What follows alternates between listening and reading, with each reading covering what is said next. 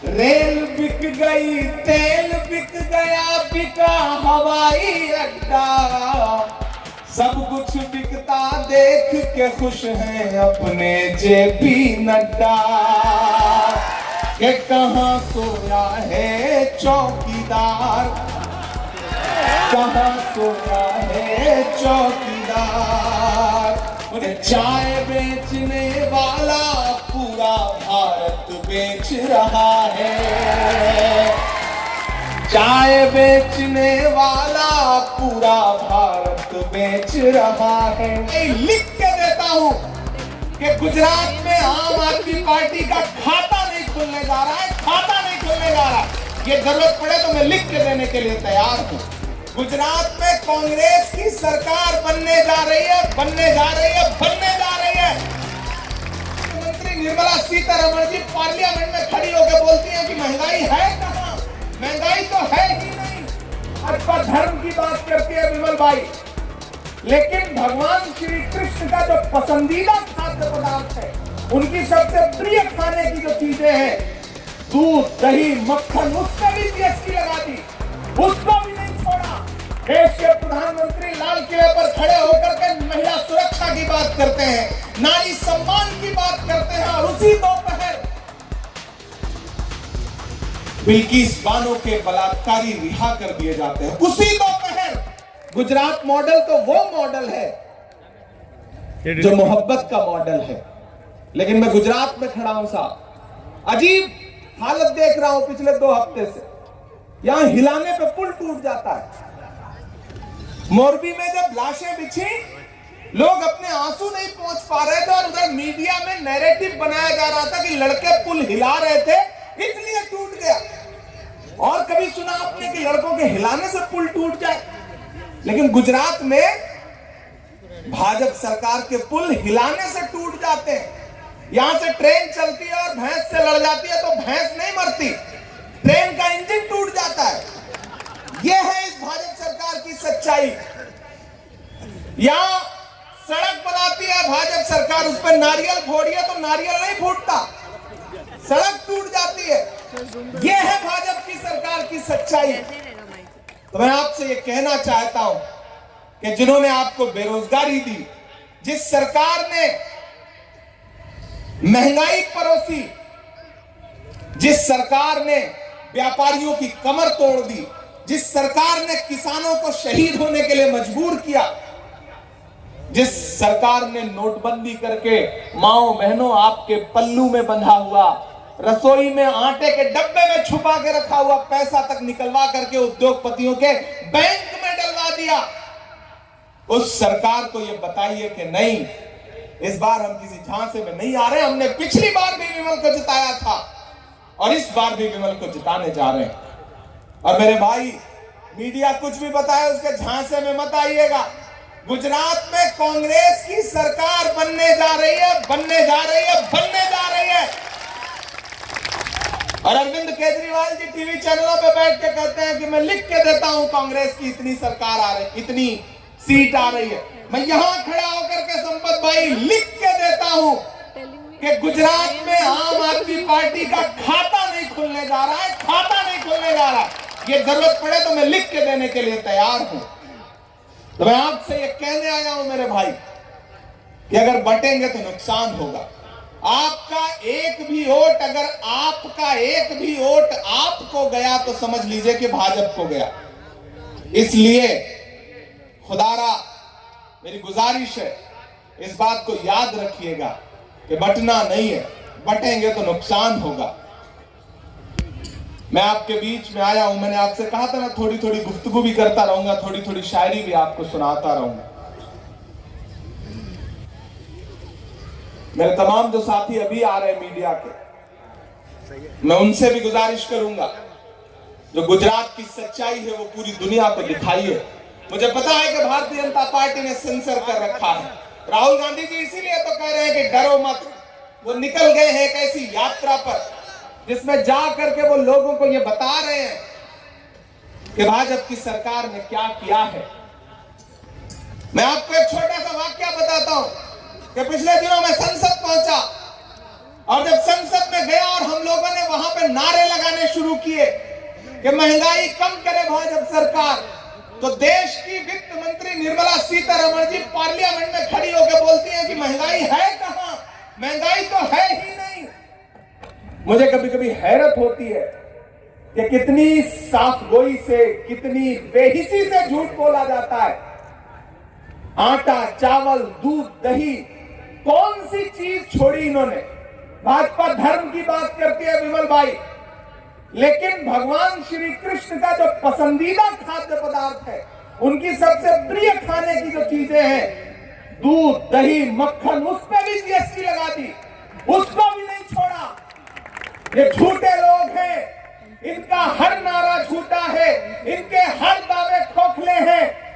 देश के प्रधानमंत्री लाल किले पर खड़े होकर के महिला सुरक्षा की बात करते हैं, नारी सम्मान की बात करते हैं, और उसी दोपहर बिल्किस बानो के बलात्कारी रिहा कर दिए जाते हैं। उसी दोपहर, मैं तो हिंदी साहित्य का विद्यार्थी रहा हूं, मैं बचपन से संस्कृत का एक सूत्रवाक्य सुनता रहा हूं कि यत्र नार्यस्तु पूज्यन्ते रमन्ते तत्र देवता। जहां नारियों की पूजा होती है वहां देवता निवास करते हैं। लेकिन मुझे हैरत है कि हमारे देश में नारियों की नहीं बल्कि नारियों के बलात्कारियों की पूजा हो रही है, और देश के प्रधानमंत्री जी चुप हैं। भारत की बेटी के बलात्कारी रिहा किए गए और प्रधानमंत्री जी के पास बोलने के लिए एक शब्द नहीं है। 7 दिसंबर से शुरू हो रही है पार्लियामेंट। मैं आपसे वादा करता हूं कि मैं एक बार प्रधानमंत्री जी की आंख से आंख मिला करके पूछूंगा जरूर कि आदरणीय प्रधानमंत्री जी, आपके उस नारे की सच्चाई क्या है। आप नारा लगाते हैं बेटी बचाओ, बेटी पढ़ाओ, आपका ये नारा खोखला है, आपका ये नारा झूठा है। आपने कहा था कि न खाऊंगा न खाने दूंगा, आपका ये नारा भी झूठा है। गरीब आदमी आज अनाज खरीदने के लिए तरस रहा है। आप कहते थे मैं देश में महंगाई नहीं बढ़ने दूंगा।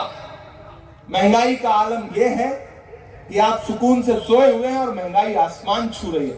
मैं तो शायर हूं, मैं अपने लहजे में गुफ्तगू करूंगा तो उनसे यूं पूछूंगा कि कहां सोया है चौकीदार, कहां सोया है चौकीदार। मुझे लगना चाहिए कि वो जो जिंदगी जिसका जिक्र मुझसे नुसरत साहब पिछले 5-7 साल से करते हैं, वो जोश, वो जज्बा यहाँ के नौजवानों में नजर आना चाहिए। मैं पढ़ता हूँ कि कहां सोया है चौकीदार, कहां सोया है चौकीदार। कुछ लोग जो बिल्कुल हाथ बांध के खड़े हैं, अभी फैसला नहीं कर पा रहे हैं कि किसे वोट देना है। मैं उनसे भी कह रहा हूं कि मेरी तरफ मुखातिब होइए, मुझे सुनिए, फिर फैसला करिए कि कहां सोया है चौकीदार, कहां सोया है चौकीदार। डीजल और पेट्रोल को देखो रहा सैकड़ा मार, कहां सोया है चौकीदार, कहां सोया है चौकीदार। मैं शायर हूं तो मैं कह ले जाता हूं, मुझे छूट है, और मैं कहूंगा तो फिर यूं कहूंगा कि चाय बेचने वाला पूरा। अगली लाइन सुनिए, ये इस पे तो आपने बड़ी ताली पहले से बजा रखी है कि चाय बेचने वाला पूरा भारत बेच रहा है, चाय बेचने वाला पूरा भारत बेच रहा है। इसी काम में हासिल उसे महारत बेच रहा है। रेल बिक गई, तेल बिक गया, बिका हवाई अड्डा। रेल बिक गई, तेल बिक गया, बिका हवाई अड्डा। सब कुछ बिकता देख के खुश हैं अपने जेपी नड्डा। कि जनता महंगाई की मारी, जनता महंगाई की मारी करती हाहाकार। कहां सोया है चौकीदार, कहां सोया है चौकीदार। गैस सिलेंडर की कीमत भी 1 कहाँ सोया है चौकीदार, कहाँ सोया है चौकीदार। मेरे भाई, मैं मित्रों, भाइयों बहनों नहीं कहूंगा, मैं सीधे बस आपसे कह रहा हूं कि मेरे भाई, बस इस लड़ाई का मकसद समझ लेना। मैं एक दिन राहुल गांधी के साथ पैदल चल रहा था तो मैंने उनसे पूछ लिया, मैंने कहा भैया पैर में छाले नहीं आए? तो उन्होंने कहा तुम्हारे आए? तो मैंने कहा मेरे पांव में तो बहुत सारे छाले आए, लेकिन मैं तो अक्सर अपने छालों को देख के ये सोचता रहा कि अभी से पांव के छाले न देखो, अभी तो ये सफर की इब्तिदा है। तो उन्होंने कहा इमरान मेरे पैर में एक भी छाले नहीं आए। मैंने कहा कैसे? उन्होंने कहा मुझे देश के दिल में जो छाले पड़े हैं उनकी परवाह है, इसलिए मेरे पैर में छाले नहीं पड़ रहे। मैं उनके साथ जब चल रहा था, मैं बड़ा जज्बाती होकर के आपसे बात बता रहा हूं। केरल में एक पत्रकार ने मुझसे कहा कि इमरान साहब आप इस यात्रा में पैदल चल रहे हैं, आप क्या सोचते हैं, क्या कहेंगे? तो मैंने सिर्फ एक बात कही और ये कहते हुए मेरे रोंगटे खड़े हैं, मेरी आंखें नम हैं। मैंने एक ही बात कही कि अगर मैं महात्मा गांधी के दौर में पैदा हुआ होता तो मैं अंग्रेजों के खिलाफ उनके साथ चल रहा होता, लेकिन मेरी खुशनसीबी है कि मैं इस दौर के गांधी के साथ पैदा हुआ हूं, राहुल गांधी के साथ पैदा हुआ हूं। तो मैं राहुल गांधी के साथ इस देश को बचाने की मुहिम में चल रहा हूं। मैं जानता हूं कि मेरे इतने चलने से शायद मेरे इन पांव के छालों से ये जो बंजर जमीन है वो शायद पूरी तरह नम ना हो, लेकिन मेरे भाई इस मुश्किल लड़ाई में हम जितना भी योगदान कर सके, हम जितना भी खड़े रह सके, कोई एक शख्स है जो मोहब्बत के लिए पैदल चल रहा, जो लोगों को जोड़ने के लिए पैदल चल रहा, तो आप सबका फर्ज क्या बनता है? आप सबका फर्ज ये बनता है कि उसने जिसको अपना प्रतिनिधि बना करके, अपना कैंडिडेट बना करके, अपना प्रत्याशी बना करके आपके बीच में भेजा है, उस विमल भाई को जब आप जिताओगे तो आप सिर्फ विमल भाई को नहीं जिताओगे, आप राहुल गांधी के पैरों को ताकत बख्शोगे, आप राहुल गांधी को हिम्मत बख्शोगे।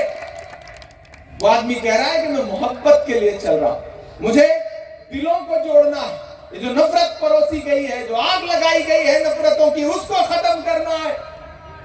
और ये कोशिश बहुत बड़ी है। आपसे मेरी एक शिकायत है, आप अच्छे लोग हैं नौजवान साथियों, आपकी प्रॉब्लम यह है कि आप सुबह जब चाय की दुकान पे बैठते हैं तो 2 मिनट में सरकार बना देते हैं और चाय खत्म होते होते फिर गिरा भी देते हैं।